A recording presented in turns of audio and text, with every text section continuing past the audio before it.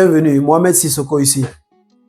Est-ce que tu t'es une fois demandé en tant qu'aventurier, pourquoi est-ce que nous les Africains, en général, dans la majorité des cas, pourquoi nous n'arrivons pas à percer certaines barrières dans le domaine de la création de richesses? Pourquoi ce sont d'autres communautés qu'on voit en train de plus s'enrichir que nous?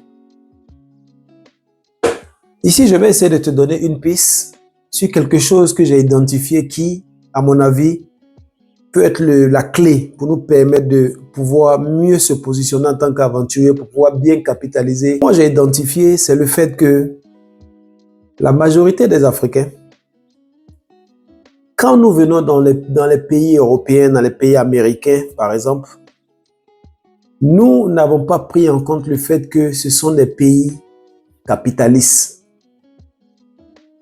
Et parce que ce sont des pays capitalistes, nous devons apprendre à comprendre comment est-ce que le capitalisme fonctionne. Le capitalisme est un système économique où les travailleurs, ceux qui vendent leur temps pour un salaire, ne sont pas les plus privilégiés en termes de création de richesse. C'est important pour toi que tu comprennes comment est-ce que ces systèmes-là fonctionnent, comment est-ce que les gens s'enrichissent dedans. Et si tu ne comprends pas ça, je suis désolé, mais tu vas rester quelqu'un qui fait 2, 3, 4 boulots souvent pour pouvoir tenir la baraque. Alors que si tu arrives à comprendre ça, tu peux mieux te positionner ou bien capitaliser.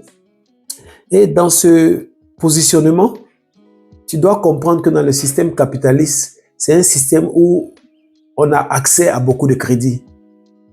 Donc, ton plus grand challenge, c'est de comprendre comment utiliser les crédits à ton avantage. Mais en tant qu'Africains qui venons d'un système, de notre système africain vers les systèmes d'ici, nous ne sommes pas trop habitués à l'accès au crédit. Les crédits existent dans nos pays, mais c'est tellement difficile d'avoir accès. C'est que quand nous venons dans ces genres de pays européens, américains, où le crédit est accessible, nous avons tendance à mal utiliser ces crédits-là. Par exemple, tu verras que la majorité des Africains préfèrent prendre un crédit pour des choses qui ne sont pas productives. C'est-à-dire, tu vas voir quelqu'un, il va aller prendre un crédit auto. OK? Tu vas voir quelqu'un aller prendre un crédit pour une télévision. Un crédit, en fait, pour tout ce qu'il veut payer pour des trucs domestiques, il va aller tout prendre à crédit, il doit payer doucement, doucement.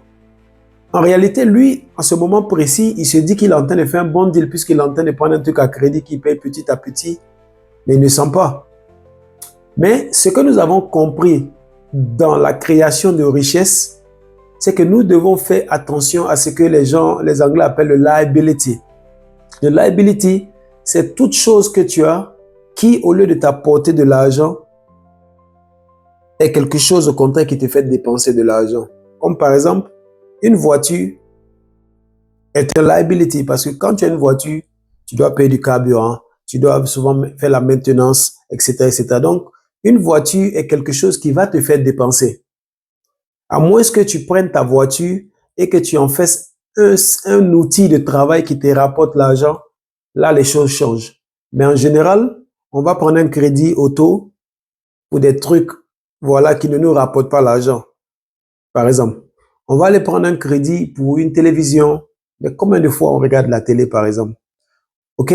Presque tout ce que nous allons avoir accès en termes de crédit, nous allons prendre des choses qui ne nous rapportent pas l'argent. Alors que si tu changes de mentalité, tu te dis, comment est-ce que je peux utiliser le crédit pour évoluer? Alors ça change la donne. C'est ce que les autres communautés ont compris. Quand ils viennent, ils commencent à entreprendre et ils prennent des crédits pour créer de la richesse. Alors que nous, on prend le crédit en général pour s'appauvrir. Alors, une raison qui explique le fait que nos communautés, nous les aventuriers, nous retrouvons beaucoup, nous n'arrivons pas à vite percer sur le côté financier, est souvent liée à cette mentalité qu'on a vis-à-vis du crédit, vis-à-vis du système capitaliste. Alors, il est important pour toi en tant qu'aventurier de comprendre le concept de asset qui est un bien qui peut te rapporter quelque chose, et le concept de liability, qui est quelque chose qui te fait sortir l'argent. Et si tu dois prendre un crédit, il faudrait que tu essaies de te rassurer que le crédit que je prends, est-ce que ce que je vais prendre à crédit là, est-ce que c'est quelque chose qui peut me rapporter? Ok, ça c'est une façon de voir ça. Ou bien lorsque tu prends un crédit, tu dois prendre un crédit dans l'intention de faire travailler cet argent-là. Et le résultat du travail de cet argent doit te permettre de payer le crédit. Par exemple, prendre un crédit pour mettre dans ton business pour faire avancer tes choses. Prendre un crédit pour acheter une maison, pour investir dans des trucs qui peuvent commencer à rapporter un cash, par exemple. Notre relation avec le crédit, on n'arrive pas, comme les Anglais disent, le leverage, c'est-à-dire qu'on n'arrive pas à utiliser le crédit comme un moyen d'enrichissement. Mais nous, on utilise souvent le crédit comme un moyen d'appauvrissement. Alors, il est important pour nous, pour chacun de nous, de comprendre cette réalité-là et d'essayer de rectifier le tir. OK? Les crédits sont bons, mais c'est pas tous les crédits aussi qui sont bons. Ça dépend de ce que tu fais d'un crédit qui va justifier si c'est un bon crédit ou pas. Mohamed Sissoko, jusqu'à la prochaine vidéo. Portez-vous bien.